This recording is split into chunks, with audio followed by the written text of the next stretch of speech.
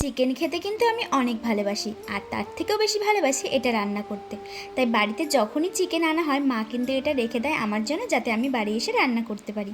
তো প্রতিদিনের মতোই আমি সকালবেলা গেছিলাম পড়াতে, আর পড়িয়ে বাড়ি এসে দেখি বাড়িতে চিকেন আনা হয়েছে।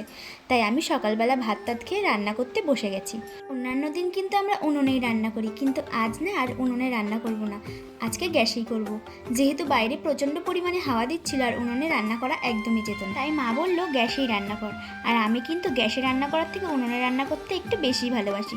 তো প্রথমে দেখো আমি কিন্তু তেল গরম করে সেইগুলোর মধ্যে আলুগুলো আগে লাল লাল করে ভেজে নিলাম। তারপর আর কি, কড়াইয়ে যেই তেলটুকু ছিল সেই তেলের মধ্যে আবার কিছুটা পরিমাণ তেল দিয়ে দিলাম, আর তারপরে দিয়ে দিলাম জিরেটা একটু ভেজে নিয়ে দিয়ে দিলাম পেঁয়াজ।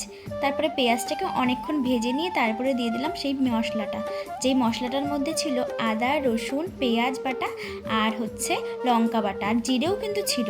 তারপর দিয়ে দিলাম পরিমাণ মতো লবণ আর হলুদ, পরে একটু লবণ কমই হয়ে গেছিলো, তারপরে কিন্তু আমি দিয়ে দিয়েছিলাম। তারপরে দিয়ে দিলাম মা যেই টমেটোগুলো কেটে রেখেছিল সেই টমেটোগুলো। তারপর টমেটোগুলোকে ভালো করে একটুখানি নাড়াচাড়া করে দিয়ে দিলাম সেই মাংসটা। যতক্ষণ না মশলা থেকে তেল বেরোচ্ছিলো ততক্ষণ কিন্তু আমি মাংসটা দিইনি, তেল বেরোনোর পরেই দিয়েছিলাম। চিকেন রান্না করতে কিন্তু এখন সবাই পারে, আর এক একজনের রান্নার পদ্ধতি এক এক রকম হয়। তাই আমি ভাবলাম আমি যেভাবে রান্না করি সেই রকমভাবে তোমাদের সাথে শেয়ার করি।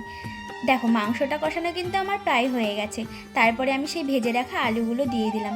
আলুগুলো যেহেতু ভালো করে সিদ্ধ হয়নি, একেবারে মাংসের সাথে সিদ্ধ হয়ে যাবে বলে আমি আলুগুলো একটু তাড়াতাড়ি দিয়ে দিলাম। তারপর অনেকক্ষণ ধরেই কষিয়েছিলাম, আর কষানোর পরেই কিন্তু দেখো আমি জল দিয়ে দিচ্ছি। বেশি জল দেবো না, একদম অল্প জলের মধ্যে ফুটিয়ে কিন্তু নামিয়ে দেবো। তারপর এই যেই গরম মশলাটা বানাবো সেটা কিন্তু আমরা হাতেই বানাই।